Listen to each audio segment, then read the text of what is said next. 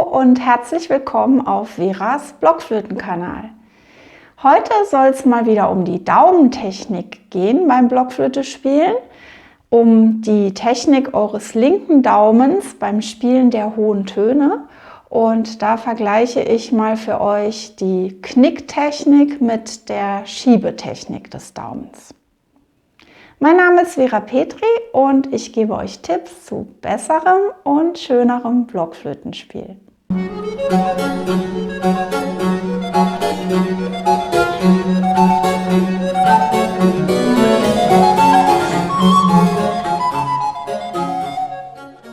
Ja, also den Daumen knicken oder wegschieben, um das Loch hinten zu öffnen für die hohen Töne, die überblasenen Töne. Darum soll es heute gehen. Also klar ist euch ja sehr wahrscheinlich allen, wenn ich einen hohen Ton spielen will, also einen überblasenen Ton, so ab dem hohen A auf der Altblockflöte oder hohen E auf der Sopranblockflöte, dann muss ich das Daumenloch hinten ein Stückchen weit öffnen. Und dazu kann ich im Prinzip zwei Techniken verwenden, nämlich ich kann den Daumen einfach wegschieben vom Loch, ein bisschen nach unten schieben, oder ich kann den Daumen knicken, sodass er automatisch eigentlich das Loch nicht ganz zumachen kann.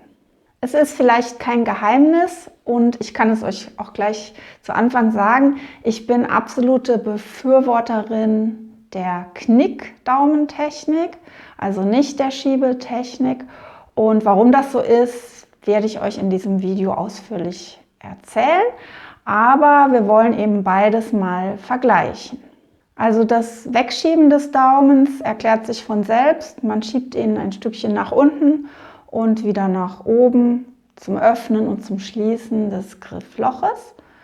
Und die Knickdaumentechnik, die habe ich schon mal in zwei verschiedenen Videos erklärt, beziehungsweise in einem habe ich es erklärt und das verlinke ich euch auch nochmal in der Infobox hier unter dem Video. Am wichtigsten ist eigentlich, wenn man das lernt, wenn man sich zum ersten Mal aneignet, dass man dann alle Schritte befolgt und da nicht ungenau ist, sonst nutzt einem die Knicktechnik nicht so, wie sie sollte. Dann funktioniert sie nicht richtig. Ja, jetzt wollen wir mal schauen nach der eigentlichen Bewegung des Daumens, in dem Fall, dass er geschoben wird oder dass er geknickt wird. Wenn ich den Daumen wegschiebe, ist das eine sehr kleine Bewegung.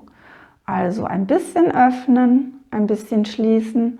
Es ist eine kleine Bewegung und das ist eigentlich was Schönes, was wir beim Instrumentspielen haben wollen. Beim Instrument ist es meist von Vorteil, wenn die Bewegungen klein sind, also die Fingerbewegungen nicht riesig und so weiter. Also von daher ist das schon mal gut beim Wegschieben, im Gegensatz zum Knicken, wo ich ja eine große Bewegung habe, weil ich das Daumengelenk eben richtig knicke und der Daumen in eine komplett andere Stellung kommt. Das ist aber in meinen Augen genau auch der Nachteil des Schiebens, denn die Bewegung ist so klein und findet ja auch auf der Haut statt vom Daumen. Also beziehungsweise ich muss ja mit dem Daumen fühlen, mit der Haut, wo genau ich mich befinde auf dem Daumenloch und wie weit es geöffnet ist. Dann kann es schon mal passieren, dass ich noch gar nicht geöffnet habe oder nicht weit genug oder zu weit. Und beim Knicken hingegen ist es eine eindeutige Bewegung. Da habe ich entweder auf oder zu. Und der Vorteil ist in meinen Augen, dass ich dann nicht so eine Wischiwaschi-Bewegung machen kann und vielleicht aus Befürchtung, wenn jetzt der hohe Ton nicht kommt oder weil der Griffwechsel einfach schnell geht, zu spät oder zu früh überhaupt diese Bewegungen mache.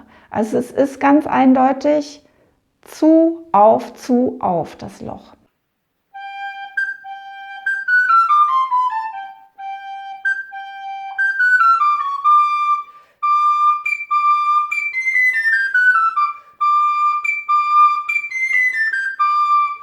Und das hat den Vorteil, dass es eben auch sofort geht und nicht so, dass man noch hört, dass er jetzt aufgeschoben wird oder zugeschoben wird. Und es ist ganz klar dann.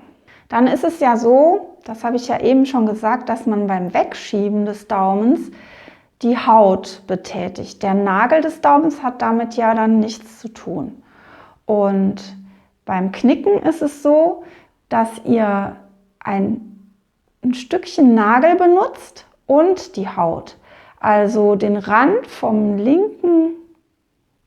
Rand vom Nagel mit ein bisschen Haut. Das ist, was in die Blockflöte, in das Griffloch reingeht. Jetzt nenne ich gleich einen großen Nachteil der Knickdaumentechnik, der auch in den Videos erwähnt wird oder in dem einen auf jeden Fall, den ich aber nicht als Nachteil empfinde, nämlich, dass wenn man die Knickdaumentechnik verwendet und auch den Nagel ein bisschen mit benutzt beim Daumen, die Blockflöten mit der Zeit und nach relativ kurzer Zeit hinten eingeschabt werden, etwas am Daumenloch, dass man da also Abnutzungserscheinungen hat sozusagen. Und das ist nicht schlimm, das kann man im Prinzip jahrelang so weiterspielen. Das würde sehr weit ausgeschabt sein müssen, bis das wirklich der Ansprache der Blockflöte schadet. Und wenn man dann das Problem hätte, kann man einen Ring einsetzen lassen. Und wenn man es von Anfang an gar nicht möchte, dass es passiert, kann man schon vorher einen Kunststoffring einsetzen lassen. Aber wie gesagt, ich habe das bei allen meinen Blockflöten, mich hat das noch nie gestört und ich habe noch nie erlebt, dass eine Blockflöte deshalb nicht mehr gut angesprochen hat.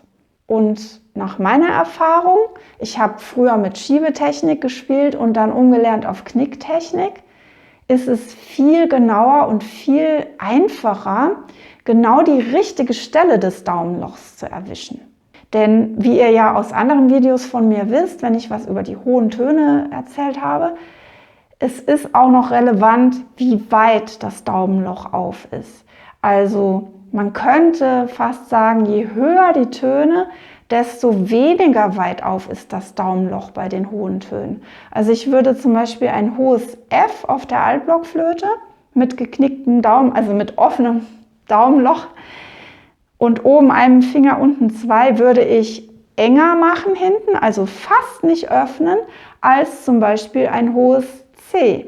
Da habt ihr einfach in meinen Augen und nach meiner Erfahrung viel mehr Feingefühl mit diesem Knicken, weil einfach die Kante vom Daumen da ist und ihr dann genau spüren könnt, ah, hier bin ich. Das könnt ihr auch mal ausprobieren, wenn ihr zum Beispiel auf euren Zeigefinger oder auf irgendeinen anderen Finger auf diese dicke Stelle hier tippt und euch vorher überlegt, da will ich hin oder da will ich hin.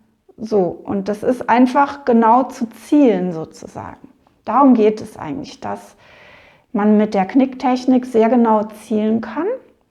Und da die Bewegung ja eindeutig ist, wie gesagt, also gerade oder geknickt, ist es auch ein direktes Zielen, kein ungenaues oder sich reinschleichen. Das habe ich ja eben auch schon erklärt. Natürlich kann es dann auch passieren, dass man nicht genau trifft oder dass das Daumenloch zu weit auf oder zu weit zu ist. Dass man gar nicht trifft, das ist ziemlich unwahrscheinlich, wenn man das übt auf die richtige Art. Und dass man es zu weit zu oder zu weit auf hat, kann passieren. Aber dann habe ich eben die Möglichkeit, Blitzeschnelle zu korrigieren, weil das einfach, ja, deutlich ist, wo ich mich befinde. Vielleicht gibt es jetzt Spielerinnen unter euch, die sagen, nee, also mir gelingt das perfekt mit der Schiebetechnik und da ist noch nie ein hoher Ton deshalb in die Hose gegangen und ich fühle das ganz genau. Dann ist das perfekt und besser gesagt, ich komme gleich noch zu einem Punkt, wo es trotzdem dann nicht ganz perfekt sein könnte, aber wir schauen mal. Also ihr merkt, ich bin ziemlich parteiisch, was das angeht, aber ich aus meiner Erfahrung kann nur sagen, seit ich die Knicktechnik gelernt habe, sind hohe Töne nie mehr ein Thema gewesen und ich habe auch natürlich auch keine Angst davor. Aber ich muss sagen, im Beginn des Studiums, des Blockflöte-Studiums, habe ich damals ein bisschen Schiss gehabt vor einem hohen F oder so. Das war immer so ein bisschen Wabonspiel und das darf natürlich nicht sein und das braucht auch nicht so sein. Gut, aber ich will ja eigentlich vergleichen, Schiebetechnik und Knickdaumentechnik. Deshalb schauen wir mal nach dem nächsten Punkt jetzt. Der Nagel ist, wie gesagt, beteiligt bei der Knicktechnik und bei der Schiebetechnik nicht. Wenn ihr euch jetzt mal euren Daumen anguckt und eure Haut und ihr stellt euch vor, das geht aufs Griffloch drauf beim Schieben, dann könnt ihr euch denken, dass die Begrenzung des Loches, also wenn ihr das Loch ein Stückchen öffnet, ist ja die Öffnung begrenzt. Ja, jetzt hätte ich es halb auf, so. Und diese Begrenzung, die findet ja an eurer Haut statt und das ist weich und das ist abgerundet und es kann dann ja nicht ganz deutlich abgegrenzt sein. Während wenn ihr mit dem Nagel, wirklich mit dem Nagelrand reingeht, dann habt ihr an der oberen Kante eine ganz deutliche Begrenzung. Genau da, wo nämlich bestimmt wird, wie weit ist es genau offen. Und diese scharfe, deutliche Begrenzung, die bringt halt auch die Sicherheit in der Ansprache und auch die Sicherheit in der Intonation, in der Stimmung, weil ihr dann sehr gut korrigieren könnt, etwas weiter zu für ein bisschen tieferen hohen Ton oder etwas weiter auf für einen etwas höheren hohen Ton. Das ist, denke ich mal, so ähnlich wie bei einer scharfen Metallkante. Also es gibt ja solche Metallteilchen, die man in eine Weinflasche reinmacht. Ich habe da so ein rundes Teil, das rollt man ein und steckt es in die Weinflasche oben drauf, damit man beim Ausgießen nicht kleckert. Also sobald man dann die Flasche zurückdreht, hört es auf zu tropfen. Und so gibt es ja noch mehr Anti-Tropf-Systeme irgendwie. Und ich habe zumindest das Gefühl, da müsste man jetzt mal einen Physiker fragen oder so, dass diese Kante vom Nagel auch sowas macht mit der Luft, die hier entweichen kann. Und dass, wenn ich das Dicke von der Haut einfach drauf habe, dass das so ein bisschen vage ist, wie weit es jetzt genau auf ist und was da raus kann. So, wenn ich jetzt recht gezählt habe, waren das 3 Punkte im Wesentlichen, die ich euch genannt habe. Ein 4. Punkt, der auch noch sehr wichtig ist, und das ist das, was ich eben erwähnt habe, dass dieses, wenn man die perfekte Schiebetechnik vielleicht hat, dass es trotzdem noch einen Nachteil haben könnte. Wir versuchen ja immer, die linke Hand entspannt zu halten, die rechte natürlich auch, klar, aber bei der linken Hand kann es schon mal passieren, dass zwischen Daumen und Zeigefinger eine Verkrampfung da ist oder dass die Haltung einfach zu eng ist. Also wenn ich zum Beispiel die Finger zu schräg nach oben habe, dann schließt sich diese Öffnung hier mehr. Also ich zeige euch das nochmal. Also wenn ich den Daumen so, ich halte es jetzt mal so fest, wenn ich den Daumen so habe und dann ist das besser geöffnet, als wenn ich die Finger schief mache und seht ihr, dann geht das hier zu. So, jetzt bei der Schiebetechnik habe ich ja die Hand einfach in dieser Haltung und schiebe dann so. Und dann kann das passieren, dass mit dem Runterschieben des Daumens die Hand zugeht. So, ich zeige es nochmal. So, kann sein, wenn man eben hier verkrampft ist. Ne? Bei der Knicktechnik, klar, kann man auch verkrampft sein. Aber dann hat man ja dieses hier und dann ist es ganz schön umständlich, dann auch noch so zuzumachen. Also das sehe ich selten bei Schülerinnen und Schülern. Ich denke, mit dem Schieben ist die Gefahr größer. Also widersprecht mir, wenn ihr das nicht so seht, wenn ihr ganz andere Erfahrungen habt. Ich bin sowieso gespannt, was dieses Video an Kontroversen aufwirft. Also dann sagt es mir, aber ich habe das Gefühl, dieses Knicken, das ist auch immer wieder wie so eine Entspannung der linken Hand. Natürlich kann man dann in geknickter Stellung voll verkrampft sein und draufdrücken. Da muss man dann natürlich auch wieder dran üben. Aber dieses Zugehen hier ist zumindest schon mal nicht so wahrscheinlich, würde ich sagen.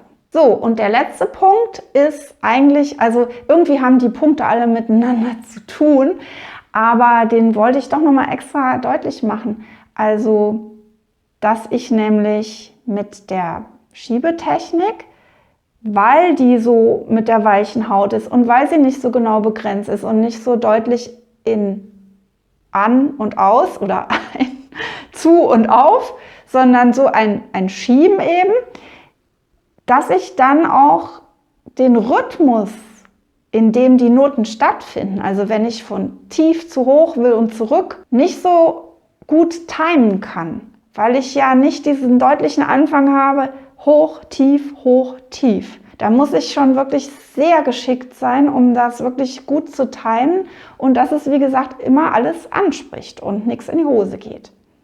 Während beim Knicken ist auch wieder diese deutliche Bewegung und die deutliche Kante von Vorteil, weil ich dann eben auch im schnellen Rhythmus wechseln kann und genau mit meiner Hand eigentlich, mit meiner Bewegung von dem Daumen den Rhythmus mitspiele oder mitbewege von dem Stück, das ich spiele.